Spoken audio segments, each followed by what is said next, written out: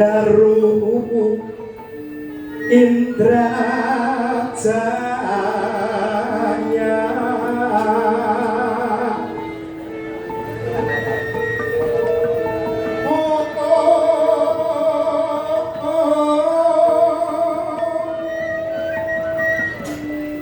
Muga manggi iya rareja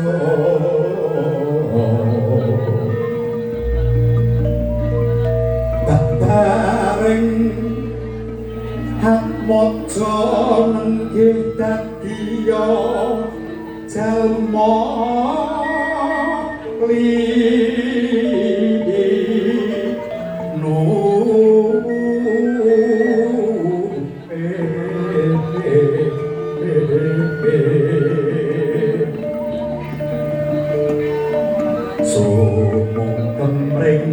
menyiapkan jiwa kita bahwa anak tidaklah makhluk sempurna, pasti ada kurangnya.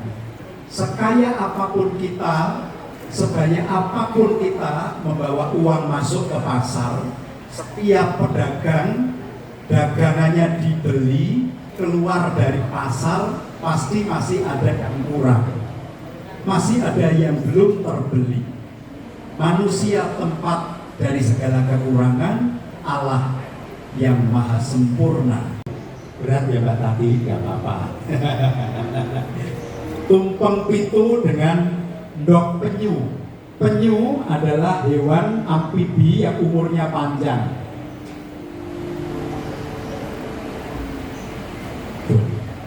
Mohon maaf, karena ada masalah genset, saya akan berhenti sebentar supaya bisa diperbaiki. Terima kasih.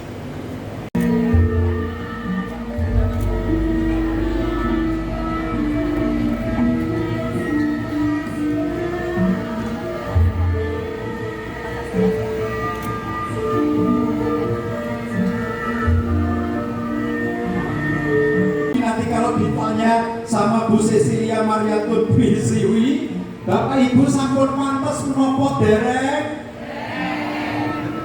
Monggo, Ibu. Bapak Ibu dan adik-adik semuanya, Mbak Ulan sampun pantes menapa dereng? Sampun pantes menapa dereng? Dereng. Sekali lagi coba Ibu. Sampun pantes menapa dereng? Dereng. Harap di bulan baleni wong urung pantes ya tetep urung pantes. Tepuk tangan untuk pertanyaan pertama. Proses dasanipun milimeter. Jangan bayangaken. Sak mili menika 1/10 cm. Menika nembe 1/10ipun mili. Agengipun.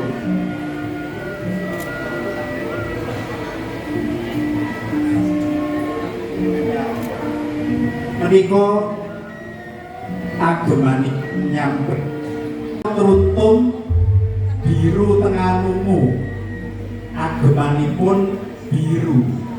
Kula badhe ngaturi Bapak Budiono Torogo mundhut prisa dhateng tamu menika ulang ing kemangka kalih anggenipun Gerbini. Para matur para bapak ibu sedaya, para putra, Mbak Mulan ageng busana menika sampun pantes napa dereng? Sampun pantes napa dereng? Sampun pantes napa dereng? Iya, yo pangapunten Bapak, mila den pantes. Monggo lenggah. Kebetulan sampun pantes nangge Bapak menika napa dereng?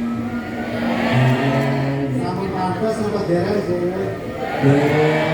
Sampun pantes napa dereng, Dulur? Dereng, Pak. Tepuk tangan untuk Pak Sukarman.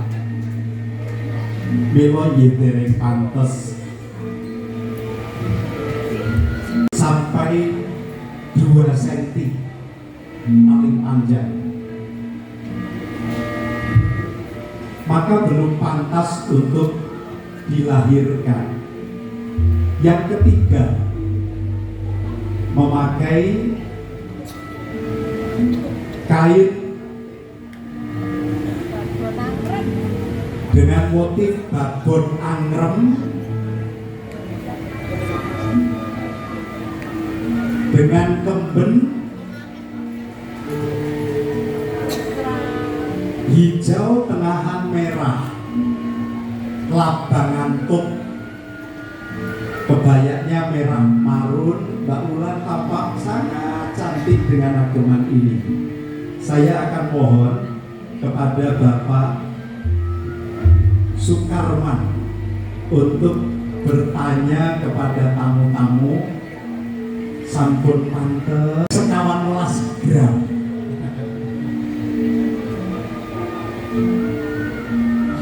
Ingkang mongko sekawan menika agemanipun trutum ceplok grudo. Trutum menika tuwuh gilir gumanti lintang-lintang ingkang kerlap-kerlip wonten ing angkasa. Grudo menika lambang keagungan utawi daya pangaribawa. Dene kembenipun abrit tengahan biru ngagem kebaya biru mawi ceplok-ceplok sekar warni rekta utawi abrit. Kula badhe nyuwun dhateng Ibu Sewarni kepareng mundhut prisa para tamu. Semangat Bapak Ibu anggenipun paring jawaban. Bapak Ibu, dayanipun Bunda Ulan ngagem busana menika sampun pantes napa dereng? Sampun pantes napa dereng? Sampun pantes napa dereng? Atur nuwun Bapak Ibu tasih semangat anggenipun menika. Nembe 16 cm. Bobotipun nembe 160 gram. Menika wulan gangsal. Sampun ngantos kesupen wonten ing piwucaning agami nalika jabang bayi menika umur sekawan wulan. Gusti dawuh dhateng malaikat supados paring roh dumateng jabang bayi. Lajeng dipun janji bab rezekinipun, dipun janji bab nasibipun, dipun janji bab pejah gesangipun, dipun janji bab sae lan sengsaranipun. Menika sampun nalika wulan kaping sekawan. Menika wulan kaping gangsal nyampingipun Sida Mukti lajeng semekan utawi kembenipun trutum ijem tengahan Tosca. Kula badhe nyuwun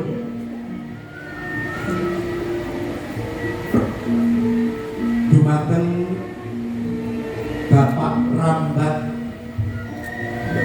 Pundi Bapak Rambat kula aturi nyuwun prisa dhateng para tamu.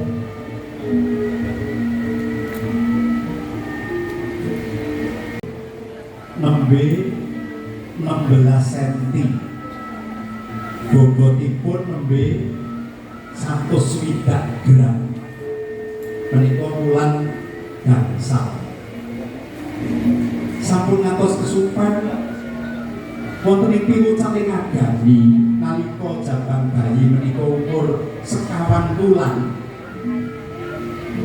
Gusti dawuh dhateng malaikat supados paring roh dumateng jabang bayi. Lajeng dipun janji bab rezekinipun, dipun janji bab nasibipun, dipun janji bab pejah gesangipun, dipun janji bab sae lan sengsaranipun. Menika sampun nalika wulan kaping sekawan. Menika wulan kaping gangsal nyampingipun Sida Mukti lajeng semekan utawi kembenipun trutumijem tengahan Tosca. Kula badhe nyuwun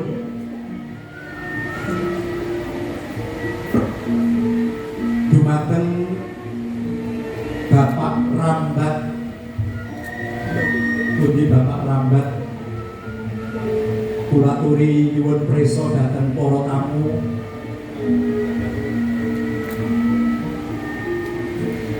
Sida Mukti, Sida menika dadi mukti menika boten kirang menapa-menapa. Sandang pangan papan rezeki sepulur dasare ditresnani wong pirang-pirang.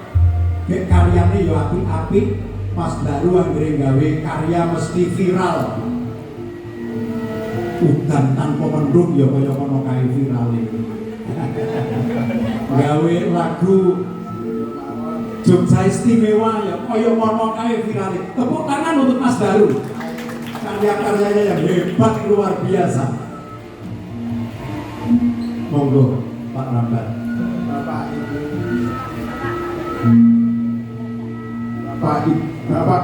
Bapak Ibu Kang Mas Mbak Yu, adik-adik sedaya, kok sae napa mboten? Derek, pantes derek. Pantes napa dereng? Pantes napa derek. Pantes napa dereng Bapak Ibu? Matur nuwun Pak Rambat. Tetap semangat ya Mbak Bulan. Mila derek pantes. Tepuk tangan untuk semangatnya Mbak Bulan. Baru 5 bulan memang belum siap-siap majeng buat ini.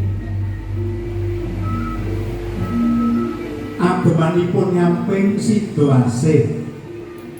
Lajeng kembenipun Mas Mahmud nyawisaken kemben ingkang endah sanget.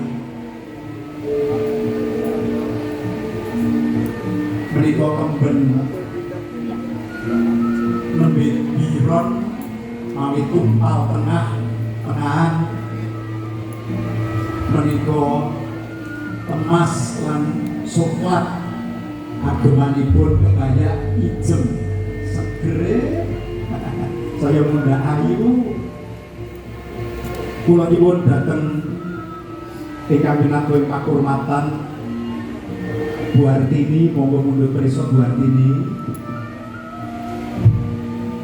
Bapak Ibu sedaya satu adik-adik, purnan kula mulan ngagem-ngagem menika sampun pantes menapa dereng.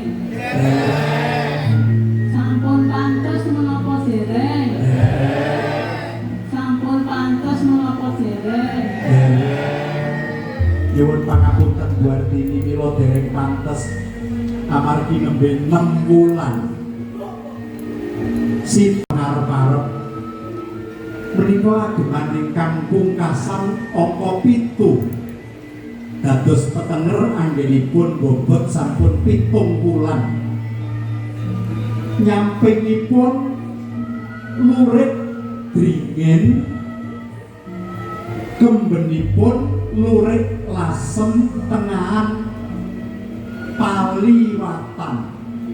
Mawi kendhit paliwatan lurik.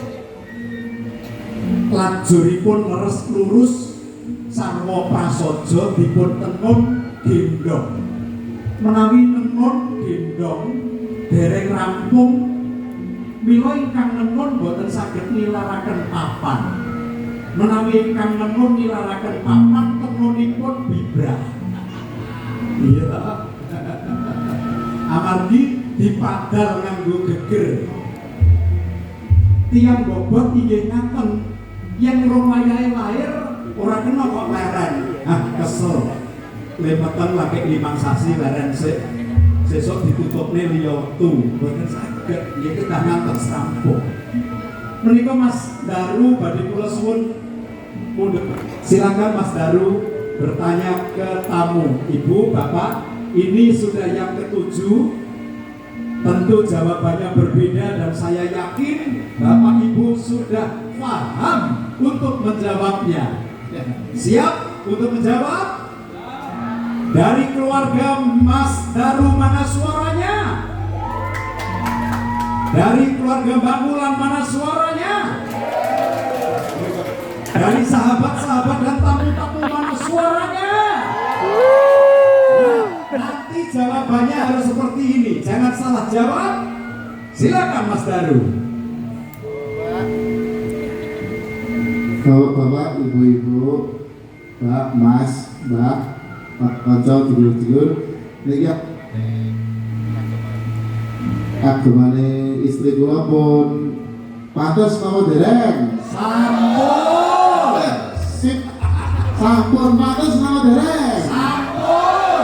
Saestu niki pantes napa dereng? Sampun. Wah, siap, hadir. Tepuk tangan. Mengapa sudah pantas? Karena kalau dilahirkan prematur pada bulan yang ke-7, jaban bayi sudah bisa bertahan. Dapuripun brojol, maka disebut brojol karena memiliki makna mak brojol, lahirnya lancar dengan keris yang di atasnya diberi kunir sebagai tanda antibiotik. Dulu pakai welat dikasih kunir untuk potong pusar, ya. Mundur 3 langkah dan kemudian Mas Daru akan berlari kencang menuju ke ujung pendopo Tulungo Mae Soima. Ya, silakan foto berkah dalem niat ingsun nikah Sukerto, niat ingsun nikah Sambikowo, ayu rahayu rahayu wilujeng. Riset yang terus, nah terus. 3, Yuk balik, melayu. 2, 1. Lari. Berikan tepuk tangan semangat, semangat, semangat. Stop. Terus dia masuk guna. Jago ini naik lurung biye. Ini jago dan babon. Babonnya wis memeti arep ngendok. Yes, ya, kita dengarkan. Jago naik lurung. Apa ini jago empuk jeru? Kuwi mah. Orang no. Jago empuk jeru. Kuwi terkuku ya. Bukuru. Udah kaya apa? Petak. Ngaten niku nggih Bu ya, nek Bapak Narendra. Nggih, lan coba ndonga. Lanang arep, wadon arep, watone slamet lan jangkep. Nggih, nanti panjang segede nggih. Nggih. Monggo puji Tuhan. 1, 2, 3. Lanang arep, wadon arep, watone slamet lan jangkep. Sampun lahir tinampi yang putri, tepuk tangan untuk kelahiran jaban bayi lancar. Lajeng nuwun sewu gentos Ibu Sawarni